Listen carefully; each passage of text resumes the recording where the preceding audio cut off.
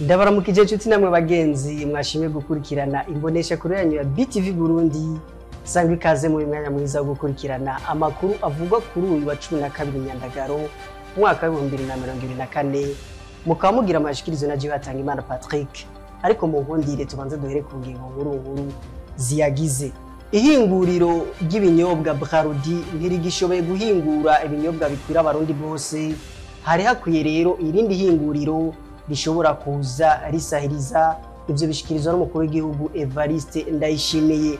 Naho mu gisagara ca Bujumbura abene gihugu baridoga ko ikibazo c'ikena ry'amazi kicibonekeza, aho mbere bashobora kumara n'ukwezi kurenga atamazi abonetse ku mabombo. Ayo n'ayandi ni mukanya.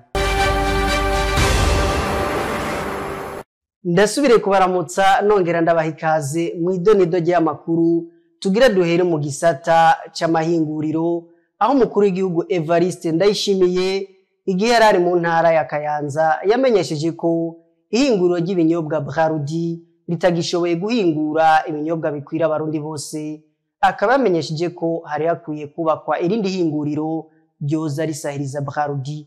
Ni nkuru ya mugenzi wacu Jules Verne Nakimana. Yakwiye kubakwa irindi hinguriro rikora inzoga, kuko ihinguriro Brarudi bigoye ko ritanga ibinyobwa bikwiye abantu bose.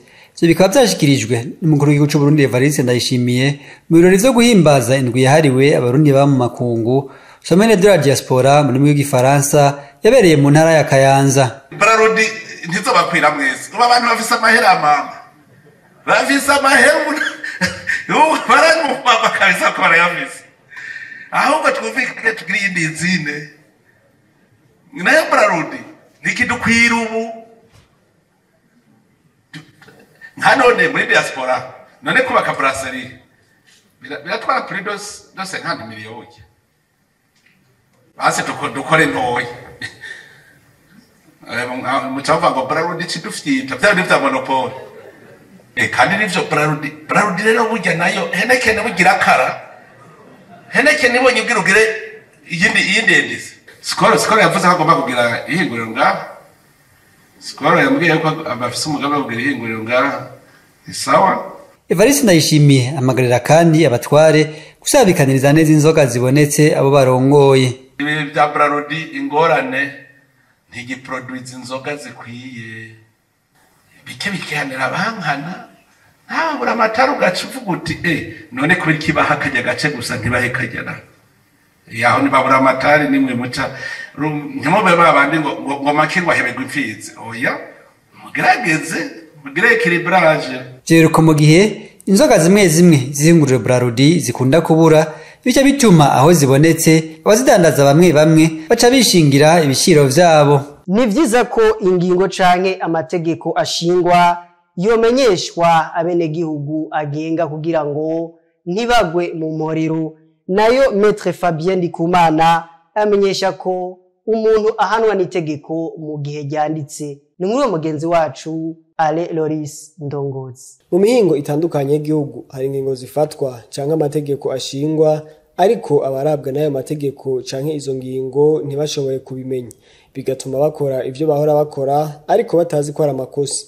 Aha twovuga nko guca mu bibanza abantu bari basanzwe bacamwo ariko vyabujijwe, guhagarika imodoka mu bibanza bimwe vyabujijwe, ntaworeka kuvuga ivyabaye mw'ijoro ryo kuwa 11 Nyandagaro, aho amamoto canke amakinga byose vyaca ku kiraro c'uruzi Ntahangwa kwibarabara ryitiriwe Mwezi Gisabo. Inyuma y'igihe cy'isaha imwe y'ijoro vyaca bihagarikwa n'abajejwe umutekano, kandi ababigendesha bafise impusha zo kubigendesha kandi zitabagerera amasaha yo gukurira ivyuma vyabo mu mabarabara, ariko bakaba babwirwa ko bitemewe ko ivyo vyuma bigenda inyuma y'igihe cy'isaha imwe y'ijoro.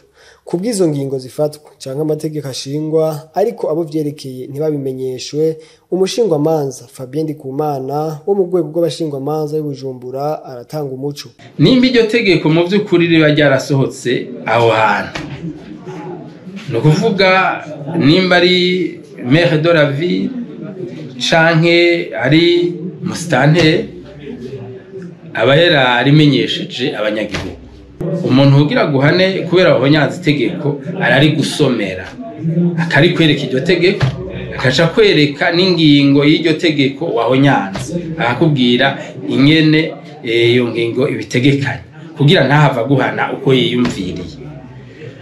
Mu by'ukuri nimba iryo tegeko riba rihari ivyo ni ifoko uwo muntu agira guhane avyerekana, ariko ashobora kuba bavuga ngo ni naka ngo arasohoye itegeko rivuga uku ngo ntawe uzohagarara muri iki gihe mugabo ugiye kurirondera ataririho. Nivyo ko atanumwe akwiriye kubaho atazi amategeko, ariko iyo ngingo isohotse ni vyiza ko imenyekanishwa kugira abo yerekeye ntibagwe mu mporero kubera ukutamenya. Nk'uko twari twabivuze mu ngingo nkuru z'aya makuru, ikibazo c'ikena ry'amazi meza mu gisagara ca Bujumbura kirakibonekeza ahatari hake, aho hari n'abenegihugu bemeza ko mu buce baherereyemwo bashobora kumara ukwezi kurenga atani intonyi ibonetse ku marobine.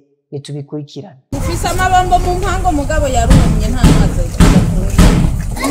mazi n'amezi aragira arahari.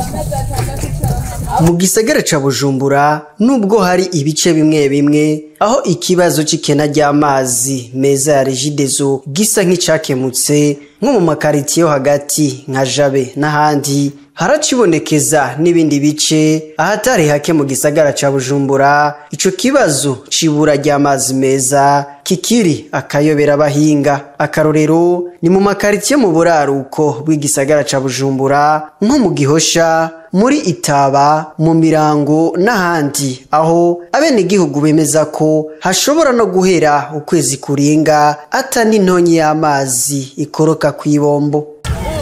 Kumugoroba bakana nukura bakamya kumugoroba tubona intuka nyinshi na n'umusi n'umuhera musuhera tuyafise ubu turamaze amazi menshi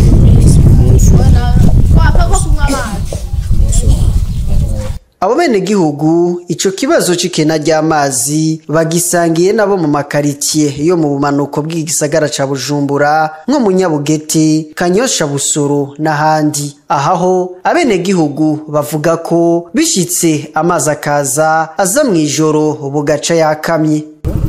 Hari gihe yirigwa ataje kaza ko mw'ijoro ni gake yirigwa yo kare ngo kovejo ntaragenda mwijoro rikuze kandi mu gatondo bayagiye. Mwishirahamwe Regideso bari baherutse kumenyesha ko mu mezi 3 ari imbere ikibazo c'ikena ry'amazi meza kitazoba kicibonekeza mu gisagara ca Bujumbura no mu micungararo yaho, kuko hari amazi ava mu masoko ya Matyazo na Isare yamaze gushikanwa i Bujumbura azosahiriza kuyava muri Tanganyika. Mu makuru y'inkino, ihiganwa VBL Vitaro Basketball League ririko rigenda neza kandi imigwi yose yariteguye neza, ariko hamwe uboneka ikibuga ciza urwo rukino rwotera imbere kurusha, nk'uko bishikirizwa n'abakunzi b'urukino rwa basketball. Nayo inkino za Jeux Olympiques zaraye zirangiye, igihugu ca Leta Zunze Ubumwe za Amerika kikaba kiza kwisonga mu gutahukana imidari myinshi. Nimwira mugenzi wacu Jules Verne Nakimana. Avuga mu nkino yotere mu nkino z'amaboko za basketball bo mu mpera z'inondwi, inkino zasubiye gutangura igice ca kabiri ca VBL phase retour muri mu Gifaransa. Ku gatandatu harabaye inkino zitari nke, harimo gwatanguriye izindi gwahuje umugwi wa Remesha n'umugwi wa Jimukana. Umugwi wa New Star nawe ntiwashoboye kwihagarara ko imbere y'umugwi w'Urunani ko batsinzwe amanota 102 kuri 66. No ku munsi w'Imana inkino zarabandanije, harimo gwahuje umugwi wa Tigers n'umugwi wa Remesha, gwarangiye ku ntsinzi y'umugwi wa Remesha munota 70 kuri 66. Josue Ndimugakiza amenyereza umugwi wa Tigers yamenyesheje ko ihangiro ryabo ari gukina inkino za playoff. Noshaka kubabwira ko Objectif ya Tigers yayibiye mu bibazo bine vya mbere ugatsinda playoff, nyuma playoff twitege ko shika kure yashoboka ya final. Nyako Bwansomizi Steve, mwe mu bakinyi b'Abarundi bariko baritwara neza mu iganwa rya VBA, yamenyesheje ko atamugwi n'umwe woroshe, ariko ngo bariteguye kuzotwara igikombe. Je usaje ndetse marako irushaye kirusha kinini. Twese zirakomeye, zose ziguma zikomeza, abazara abakinyi bakomeye.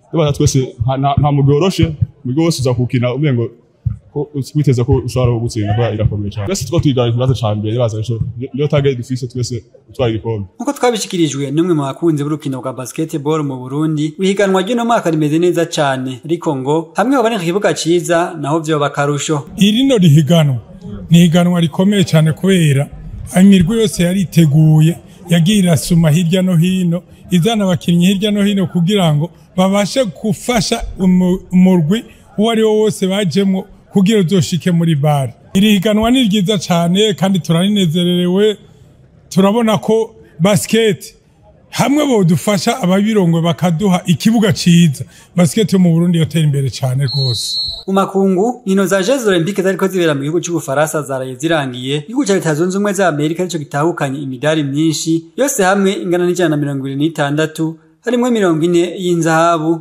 Ushinwa buza mu kibanza ca kabiri n'imidari 91 harimwo 40 y'inzahabu. Nyuma gutahukana umudari w'inzahabu mu rukino rwa basketball, igihugu ca Leta Zunze Ubumwe za Amerika je kwiza inshuro ya gatanu bikurikiranya batahukana umudari w'inzahabu mu nkino za Jeux Olympiques kuva mwaka wa 2008, kaba takindi gihugu kiratwara uwo mudari. Imbere yuko turangiza ano makuru twabateguriye, mudukundire tubanze turabe amakuru avugwa hirya no hino kw'isi. Kuri wa Mungu wa 11 Myandagaro haradutse umuriro mu gisagara ya Atene. Abajejwe kuzimya umuriro barashoboye kugera ahatari hake muri ico gisagara. Abajejwe umutekano bakaba baciye bimura ababa bose mu burengero bw'ico gisagara, ndetse bakaba barabarungikiye ubutumwa n'abashikiwe n'ivyo vyago ko bokinjura mu kubaha ivyerekezo vy'ibibanza bojamwo. Indongozi z'igihugu c'Ubugiriki bakaba baciye bugurura ikibuga c'inkino zo kwinonora imitsi Oaka mu burengero bw'igisagara ca Atene kugira bakire abo bariko barimuka. Tubandanirize amakuru yacu mu makungu mu gihugu c'Ubuganda. Mu gace kitwa Kitezi aho basanzwe basuka imyavu ku mugwa mukuru wa Kampala, inkukura ikomeza kuba ndansi.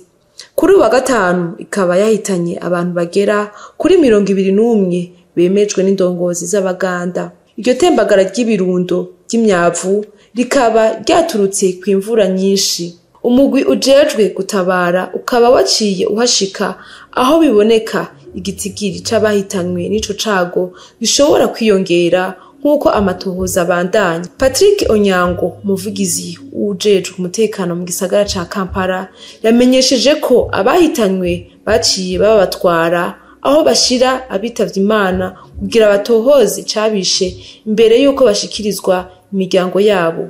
Ivyo bikaba vyatumye indongozi zifata iya mbere mu kwimura abari basanzwe begereye ibibanza vyabereyemwo iyo mpanuka mu ntumbero zo kubarinda ibindi bishobora kwaduka. Umukuru w'igihugu ca Uganda Yoweri Museveni akaba yaciye ategeka ko bokora amatohoza yo kumenya icatumye ico cago n'igituma hashobora kuba abantu muri ako gace kadakingiwe. Hakaba haheze imyaka abatware bo muri ako gace bari baravuze ko kokugagwa, ariko ngo nta na kimwe kirakogwa nubwo haguma hibonekeza ingorane kubahaba.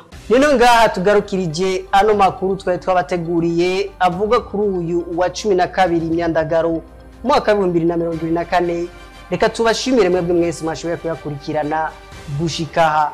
Duhana isango uyundi munsi inkaya mango, tubibutsa ko aya makuru mushobora kuyakurikirana byoroshe muciye kuri Star Times ni kwishene 106 n'ishene amajana 781, nayo kuri Canal Plus ni kwishene amajana 396.